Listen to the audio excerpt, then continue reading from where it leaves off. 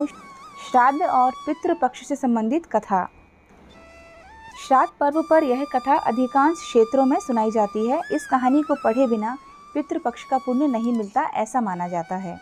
इस कथा के अनुसार महाभारत के दौरान कर्ण की मृत्यु पितृपक्ष में दान क्यों किया जाता है और केवल कर्ण के कारण ही पितृपक्ष को मनाने की परंपरा शुरू हुई, यह बहुत कम लोग जानते हैं।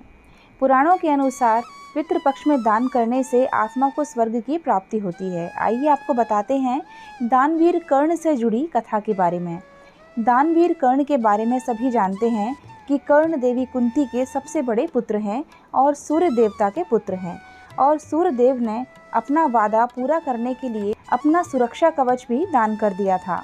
कर्ण ने अपने पूरे जीवन में गरीबों और ज़रूरतमंदों को पैसा और सोना दान किया और उनके दर पर आने वाले किसी भी गरीब व्यक्ति को खाली हाथ नहीं जाने दिया। लेकिन उन्होंने कभी भी अन्न यानी कि अनाज का दान नहीं किया। अपने अंतिम समय में जब कर्ण मृत्युलोक को छोड़कर स्वर्ग में गए तो उन्हें सोने और पैसे के अलावा वहाँ कुछ नहीं दिया गया। जब इंद्रदेव से इसका कारण पूछा गया तो इंद्रदेव ने बताया कि उन्होंने जीवन भर केवल धन और सोना ही दान दिया और पितरों की शांति के लिए कभी अन्न का दान नहीं किया, इसलिए उन्हें भोजन नहीं दिया गया।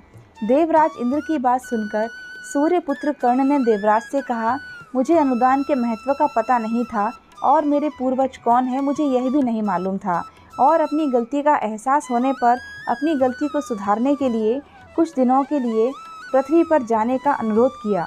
फिर उन्हें कुछ दिनों के लिए पृथ्वी पर भेजा गया।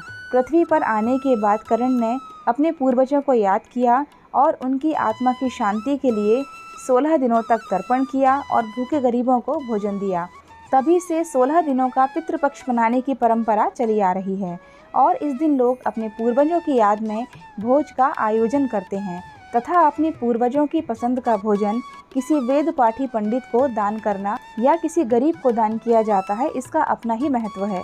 हमारे पूर्वज सभी कर्मकांडों को करते हुए देखकर प्रसन्न होते हैं और हमें आशीर्वाद देते हैं। दोस्तों, कथा यहीं समाप्त हुई। अगर आपको वीडियो अच्छा लगा है तो लाइक शेयर करने के साथ साथ चैनल को सब्सक्राइब ज़रूर कीजिएगा। फिर मिलते हैं नेक्स्ट वीडियो में। हर हर महादेव, जय माता दी।